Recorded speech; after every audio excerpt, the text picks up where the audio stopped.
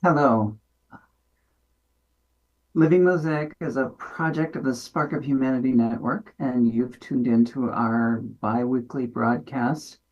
If you were hoping to find the face of our fearless leader, Martha Holden, I have terrible news for you. You have instead found the face and voice of a fearful follower, Danielle, who I am an old friend of Martha's, and when she asked me to attend to this session this week, I accepted the invitation. Um, Martha, by the way, has COVID, which is something I wouldn't wish on my worst enemy. I am certainly praying for a speedy recovery for her and for her speedy return for the next broadcast of Living Mosaic. I will do a little bit more referring to notes than she typically does, and I will be hoping to lead us through a discussion of hope. Hoping to do, see what I did there.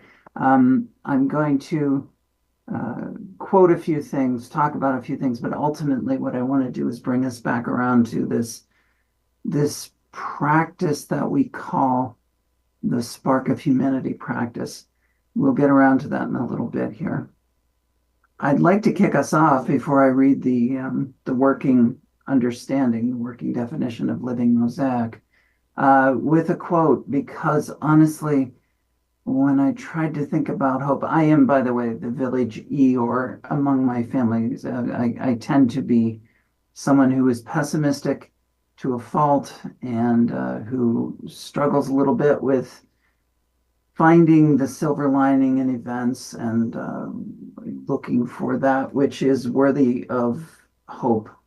When I told Martha that, she said, "Well, that means we picked the right week for you to be doing this because clearly I need to do this work, and doing it in public is probably going to be good for me. I hope it's good for you too." Anyway, that quote comes from a poem by Emily Dickinson, which I think many of you will have heard of before, have heard before, or read, that begins, "Hope is the thing with feathers that perches in the soul and sings the tune without the words and never stops at all." Um, the image being one of something very ephemeral, very light, lifting, uh, singing, and always speaks to the soul when we dare to hope. The working definition of the living mosaic is that the image has emerged of a living mosaic, a mosaic as the solution to the current global crises, which I think we can all admit there are many of them. We, all sentient beings, are each bit of the mosaic, a tile, a piece of broken glass or mirror, a pebble, a shell, and probably more options that we're not seeing. Each bit of the mosaic is unique. Each one is essential to the mosaic. For our satisfaction, we need to become true to the bit that we truly are. We need to be willing to be, even if at times roughly, moved toward our unique place of effective engagement in the dance. Which place may develop and evolve, the mosaic is living, after all. So before I move on, those are not my words. And Martha would say they're not hers. They're words that have come to her. And I love that image. And I love this idea that we've lived through some dark stuff in this lifetime. Most of us, unless we're, I don't know, 2 days old, we've encountered things like airplanes flying into buildings, wars that we wish we weren't engaged in. We've lived through loved ones dying or being ill. We've possibly been ill from the pandemic. We've had major medical problems. Those things all speak to the extrinsic qualities of crises that we might find. There's the climate crisis. There's a lot of them. There's a lot of them. But I think it's important for us to find a way to constructively engage with the darkness, to find a way to enact change, to bring something positive into the darkness, to light a light, if you will. The concept of a mosaic of which I am an important and essential part, yet which is a vast mosaic, a vast, you know, I don't want to overwork that word, but if you've seen great large collections of tiles arranged in a way that we can see an image emerging, and we can look at those individual pebbles, pieces of mirror, pieces of shell. Somehow that big pattern is much bigger than any one of us can conceive and much bigger than any one of us can create. We therefore need a way, a path toward finding our own spot in that vast pebbly array of things that create a much larger image. As I said before, I'm a friend of Martha's. We know each other from her being a solitary religious. I do note that she doesn't bring that into these discussions on Living Mosaic very often. So I won't beat that to death, but we know each other from church. And although I'm broadcasting not from the studios of Orca Media, in fact, I'm on the other side of the country in my own place in Southern California, which, by the way, sounds like a better place than Vermont, but I'm dying to move back. I'm actually working on that already. There's a hope of mine. But yes, I am far away physically, but spiritually, I try to be present with her and with this work and with this network, this Spark of Humanity network. So yes, we're going to talk about hope. We're going to talk a little bit. I'll talk a little bit about myself, my own struggles with hope. I may as well start off a little bit with that so that you know who you're getting here. I have been through a lot in my life, in my overall life. I'm a trans woman who, because of my age, I grew up in a time when I was frequently vilified, occasionally physically attacked, and I've lost jobs. I've gone through some pretty rough paths to get where I am today. And I have more recently gone through devastating health problems, beginning with the pandemic, and have had 6 heart attacks, no kidding, have lingering effects of having COVID more than once, lung problems. I've got a lot of things to complain about. I could sound hopeless for the entire amount of time that I'm trying to fill here. But I've been asking myself a lot, like, well, what has kept me alive? And it's occasionally been friends and family, to be sure, the love of people that have been there for me. But there's been a kind of more ephemeral idea of hope, a more ephemeral construct that has been at times ridiculous, naive, childish. I've hoped that in spite of the fact that I can't work anymore, that I would somehow stumble upon a large amount of money. I'm not playing the lottery. I'm not doing anything to stumble on a large amount of money, but something has come back, and it's occasionally been ridiculous, childish. At its best, though, hope has been childlike. It has been that ephemeral tale that Emily Dickinson spoke of, this uplifting of the spirit, this uplifting of the soul. Those moments have been, they've been more real. You know, the idea that money or a wonderful life partner that's going to fall out of the sky, because not only am I not able to work, I'm not, you know, dating or looking in any real way, but the idea that those things are going to fall out of the sky are kind of extrinsic. But this ephemeral thing, this thing with feathers, this thing floating, lifting up, my ability to believe it's there, and not only believe it, but to touch it by letting go of the things that make me afraid or make me feel weak or vulnerable. Vulnerable, important word. We'll get back to that in a minute. That is the hope that I live, that is childlike. I hope is childlike.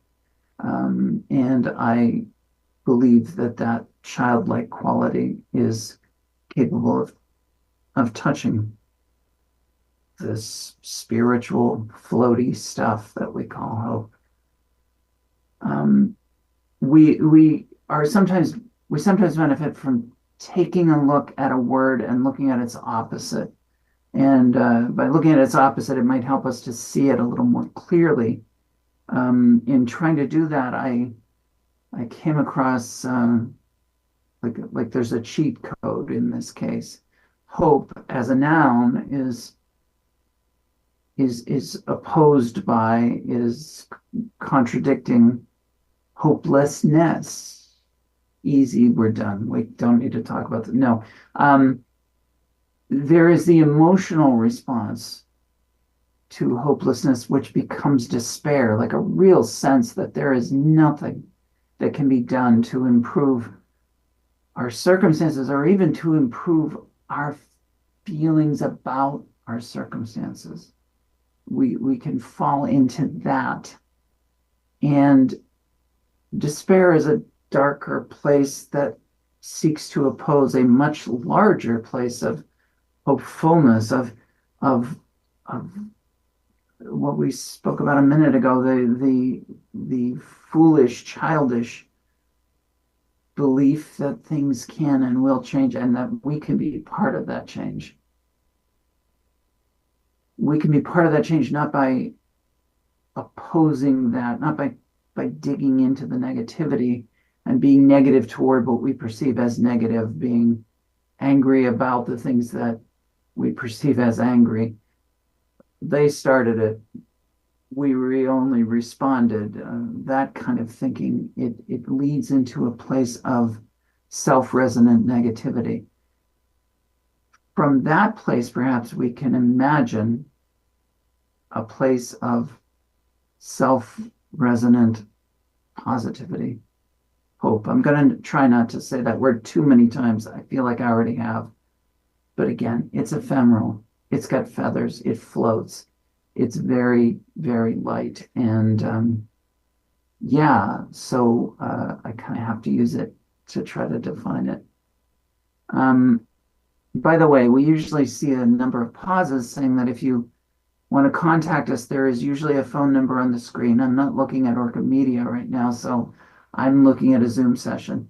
So I don't know if that's the case. If you want to join the Zoom session, the email, which I presume you received earlier, will have a link in it. You can join this and you can ask questions. I would love to, I would hope that someone would do that, because I am in fact sitting here flying by the seat of my pants. So a little bit of feedback and connection wouldn't hurt.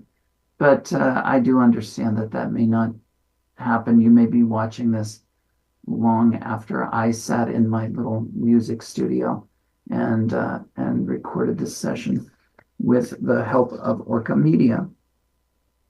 So when we look at hope, it's important to think about how we use that word. I mean, we sometimes will say, "Well, I should hope so," or which kind of leads to this weird negativity of speaking about the least thing, the minimum. I would expect it is maybe a better word. We don't say that, but we are saying I expect the bare minimum or better out of this situation. And it always carries a bit of derision, a bit of, again, negative. I like to talk with my friends about double negatives. We were taught as kids in school that double negatives don't convey negativity. They convey, weirdly, roundaboutly, they convey positivity. But they're just self-contradicting. In the case of these double negatives, I hate hatred. This is a good example. Um, and that kind of thing, again, is that self-reinforcing negativity of which we are striving to escape, to rise above. Um, what do we think of as hope? I mean, when do we use the word? We've heard it used politically, I think, to great effect. At times that betrays my prejudices. I'm not going to dive into those. My political beliefs and prejudices don't have a space here. This is not a political broadcast. Um, but the idea of wishing for change toward a more equal world, a world with greater equality, with greater justice, a world with room for us all to thrive. Isn't that naive? Isn't that childlike, bordering on childish? Depends on who's saying it and whether I agree with them or not, how I'm going to judge that. But we always see hope as lifting us toward an object, a condition, a status, another person of desire. We often conflate our notions of desire with notions of need. I like to remind myself that if I'm saying, I desire, and I do, a sip of water right now, I would have survived without that. However, if I talk about water in general, clean, safe, fresh water, if I talk about that in a broad sense, it is a human need. And that kind of paring down of the many times in our lives that we've wanted something and we've convinced ourselves we needed it and it was going to gratify us. Again, just trying to tease apart the idea of object or condition of desire and talk about hope as this, again, ephemeral, this light lifting thing that rises up toward that place of desire, of genuine, I'm going to say it again, genuine hope. I kind of do keep going around in circles. I'm spending a lot of time and I'm going to run out of time if I don't do this. I want to talk briefly about the Spark practice. Go to our website, sparkofhumanity.net, and spend a little time there. The basic definition posted there is that we accept the insight that there is a spark of humanity in everyone, in each of us. Some question what the spark may be and want to define it or analyze it. And instead, we prefer to accept and affirm the validity of the insight, noting that it implies a possible connection with any other human being and the potential for greater light and warmth. To really understand this, by the way, Martha does these live streams, and she also does a phone conference session on every other Sunday. Sign up for the newsletter, and you'll get those bits of information. Again, sparkofhumanity.net. I will not continue reading all of this. I will briefly talk instead about my own experiences. I went through a period of, as I mentioned, great health problems, a long period of despair, a long period of not feeling, yeah, I'm going to say it again, not feeling any hope, feeling really like life is over and I'm just watching the salt fall out of the shaker or something. I'm just watching it run out before me. When I started tuning back into life, I reconnected with Martha. I started watching these streams, and I started to attend the phone sessions. And I began to understand this idea of a spark of humanity. For me, what immediately arises, and it's a risk saying this because it's my vision when I hear spark of humanity. And I don't want to tell you that, I don't want to imply that you need to share my vision, but I see a little fluffy light. It's always orange for me for some reason. It's kind of a dim light that's inside, sometimes my heart, more often in my solar plexus. And I began to say to myself, well, what if I encouraged that particular vision? And what if I looked for that in other people? And I started to be able to do that with my friends. I didn't tell them I was doing that. I just would be sitting around sharing a laugh and I would try to picture that inside of them. And at one point, a couple months ago, I decided that I'm going to take the risk of the next time I have any conflict, I'm going to try to do that with the person that I have conflict from. I have multiple of these stories, which is why they make sense for me to refer to in terms of hope, because I've done this a number of times and have seen changes not in the other person, not in their attitude. I didn't fix anybody, I didn't fix myself. I found that stepping into a place of vulnerability and imagining someone else in a place of their vulnerability, that changed the tone of the conversation. So one of those stories, I have a friend, I play cards with a small group of women once a week. It's not gambling. It's just it's really a children's card game. It's one I had never heard of before. And we get together and we play cards and we chat and we do that for a couple hours once a week. And there is a situation that I find very hopeful. I live in a retirement community now, and I found it very hopeful that the community is looking to replace the gasoline powered buses, the shuttle service that we have here, with electric buses, and so therefore reduce our environmental impact. I saw that as just a wonderful thing. I'm sitting with this woman, with these women, and this one lady who is she believes in climate change. She all of the things. We share a lot of political perspectives.